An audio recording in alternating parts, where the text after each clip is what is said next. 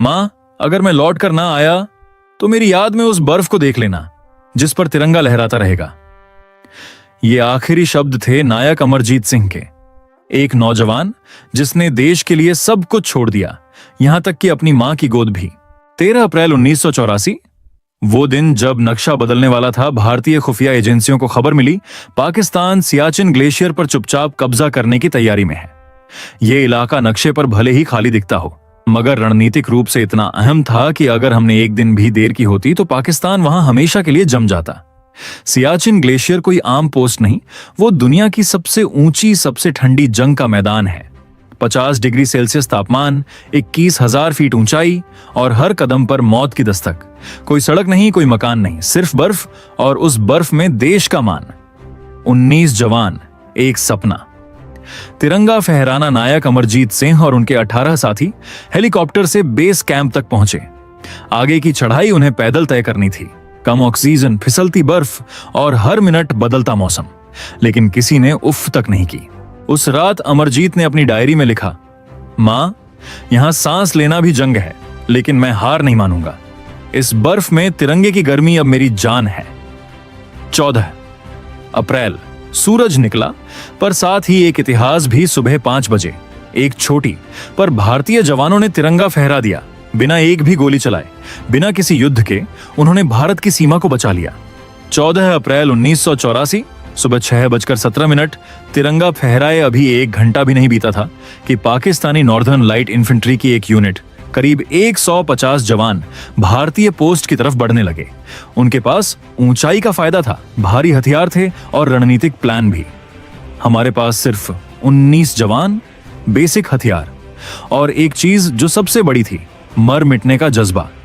यहां गोलियां चलती थीं तो उनकी आवाज बर्फ में गूंजती नहीं थी, वो दब जाती थी बर्फ की चुप्पी में। हरभजन सिंह ने अपने अकेले दम पर पहले 3 पाकिस्तानी सैनिकों को ढेर किया, लेकिन तभी एक स्नाइपर बुलेट उसके सीने को चीरती चली गई।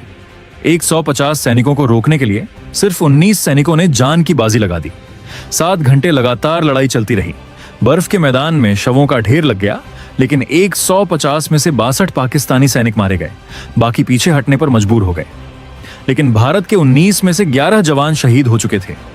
सियाचिन की उस पहली लड़ाई में जीत भले भारत की हुई, मगर कीमत बहुत भारी थी।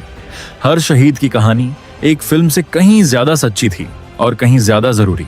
15 अप्रैल 1984 को जैसे ही सियाचिन से रिपोर्ट पहुंची कि 19 जवानों की एक छोटी टुकड़ी ने 150 पाकिस्तानी सैनिकों को पीछे हटा दिया, पूरे देश में एक ही चर्चा थी, क्या हम अब पूरा सियाचिन अपने कब्जे में ले सकते हैं? रक्षा मंत्री ने सेना प्रमुख से सीधा सवाल पूछा।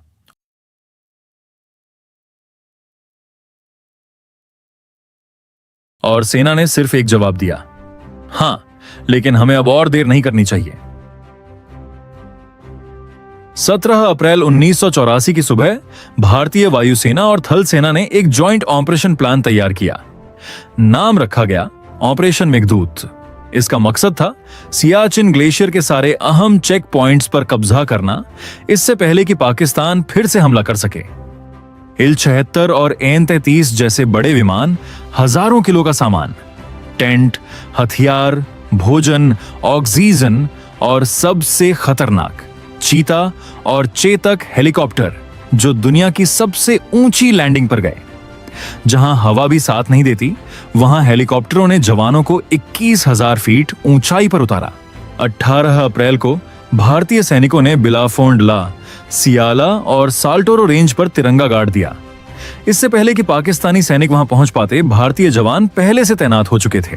पाकिस्तान ने भी ऑपरेशन की तैयारी की थी, लेकिन भारत ने एक अद्भुत रणनीति से उनसे एक कदम आगे रहकर पूरा ग्लेशियर कब्जे में ले लिया। पाकिस्तानी यूनिट जब पहुंची तो उन्हें हर जगह भारतीय जवान, बंकर और तिरंगा ही दिखा। उनकी एक यूनिट के रेडियो से आवाज आई, we are late, the Indians are already here. Operation Meghdoot में 36 घंटे लगे, लेकिन इतिहास बन गया। भारत ने 70 किलोमीटर लंबा ग्लेशियर अपने नियंत्रण में ले लिया। सियाचिन पर पहली बार स्थायी पोस्टें बनाई गईं और एक संदेश गया दुनिया को, भारत अब सिर्फ बचाव नहीं करता, जरूरत पड़े तो चोट भी करता है।